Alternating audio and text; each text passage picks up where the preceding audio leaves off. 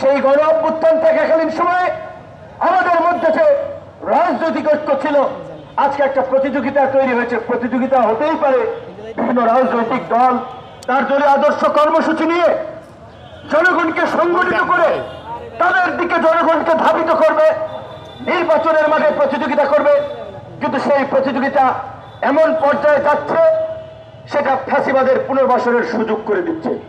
কারণ এক একজন তার দল ভারী করার জন্য, নির্বাচনে জেতার জন্য আওয়ামী ব্যবসায়ী মাফিয়া, ছাত্র পার্টির মতো এরকমের দোসর এই লুটেরাদেরকে আশ্রয় দিচ্ছে, আশকারা দিচ্ছে, যার ফলে আওয়ামী লীগকে যেভাবে নিষিদ্ধ করা গেছে, জাতীয় পার্টিকে কিন্তু এখন পর্যন্ত নিষিদ্ধ করা ওইভাবে যায় নাই। কিছুক্ষণ আগে বন্দুকলা গাড়ি দেখেছেন না, এখান থেকে টহল দিয়ে গেছে। তারা ভেবেছে আপনারা যদি জাতীয় পার্টির কার্যালয়ের দিকে যাত্রা শুরু করেন, সেই জন্য বন্দুকলারা একটা টহল দিয়ে গেছে। তাহলে জাতীয় পার্টিকে বন্দুক দিয়ে পাহারা দেওয়া হচ্ছে।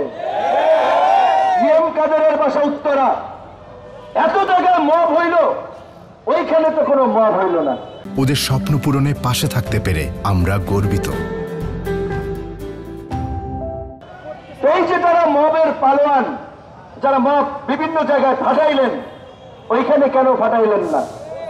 আপনি সিলেক্টিভ মব করছেন, ফায়দা নেওয়ার জন্য, ধান্দা নেওয়ার জন্য অনেক জায়গায় মব করা হচ্ছে। প্রকৃতার্থে গতকালকে এই রিপোর্টার্স ইউনিটিতে কার্যত এই সমস্ত বিভিন্ন ব্যানারের মাধ্যমে আওয়ামী লীগকে ফেরানোর কিংবা আওয়ামী লীগকে প্রাসঙ্গিক করার যে একটা প্রক্রিয়া চলছে, সেখানে বাধা দিয়েছেন যৌক্তিক। ধানমন্ডিতে জনগণের ক্ষোভের বিস্ফোরণে বিল্ডিং ভস্ম হয়ে গেছে, ক্ষুব্ধ জনতা সেটা ঘটিয়েছে। গণ অভ্যুত্থানের পরপরও ফ্যাসিবাদের দোসরদের বিরুদ্ধে বিভিন্ন জায়গায় জনগণের ক্ষোভের বিস্ফোরণ ঘটেছে, সেটা যৌক্তিক।